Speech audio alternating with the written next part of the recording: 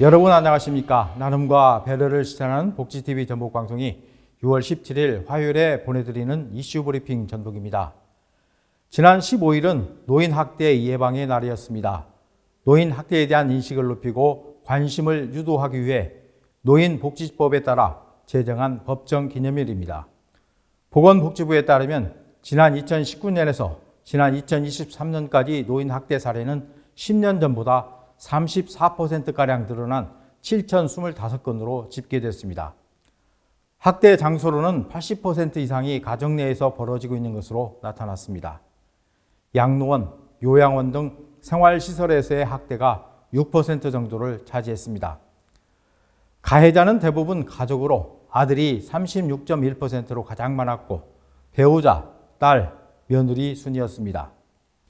시설에 입소한 치매 노인들의 경우 기억력과 사고력이 떨어져 의사를 표현할 수 있는 능력이 부족한 경우가 많아 학대 의심에도 제대로 된 대처가 어렵다는 한계를 드러내고 있습니다. 학대 유형은 정서적 학대가 37.9%, 신체적 학대가 25.9%, 방임이 14.9% 순이었습니다. 또 전체 피해자 중 약 10%가량이 재학대를 겪고 있는 것으로 나타났습니다. 하지만 자식이나 지인의 치부를 드러내고 싶지 않은 노인들이 피해를 신고하지 않는 사례는 더 많을 것으로 추정되고 있습니다. 특히 시설 학대는 학대 발생을 은폐하고 묵인하는 집단 문화로 인해 비교적 낮은 수준의 학대가 심각한 수준으로 발전할 가능성이 높습니다.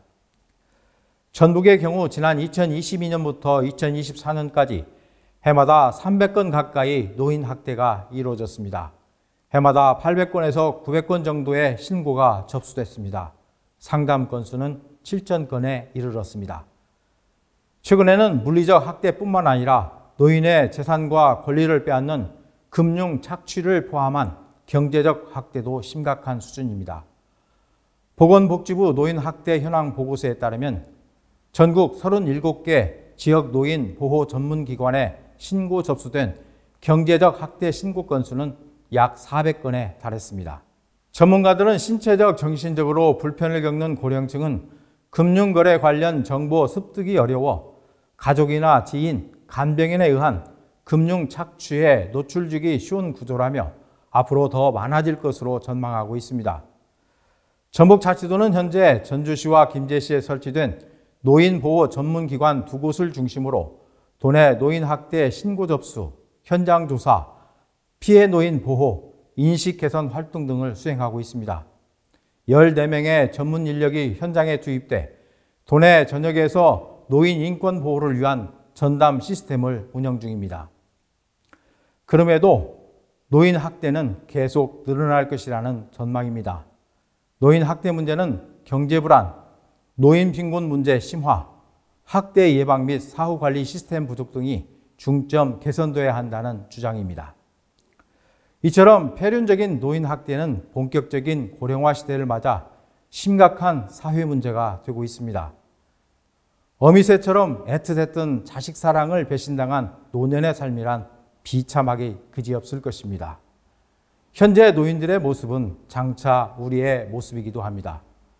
젊음이 끝난 뒤에는 누구에게나 하얀 노인이 기다리고 있습니다. 나눔과 배려를 실천하는 복지TV 전북방송이 6월 17일 화요일에 보내드린 이슈 브리핑 전북입니다. 이 방송은 환자중심병원 전주 대다인병원, 통증 완화에 탁월한 임실 엉겅퀴 크림 지원으로 제작됐습니다.